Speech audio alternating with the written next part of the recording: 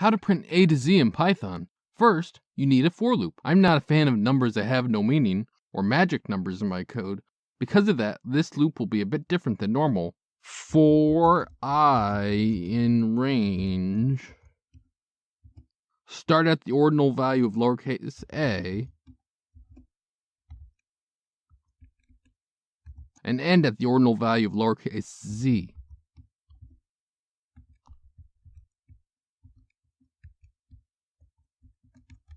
The +1 after the z is because range's end value is not inclusive.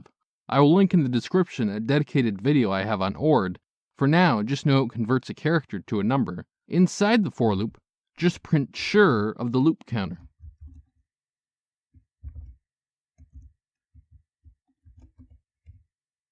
I will also link in the description a dedicated video I have on sure.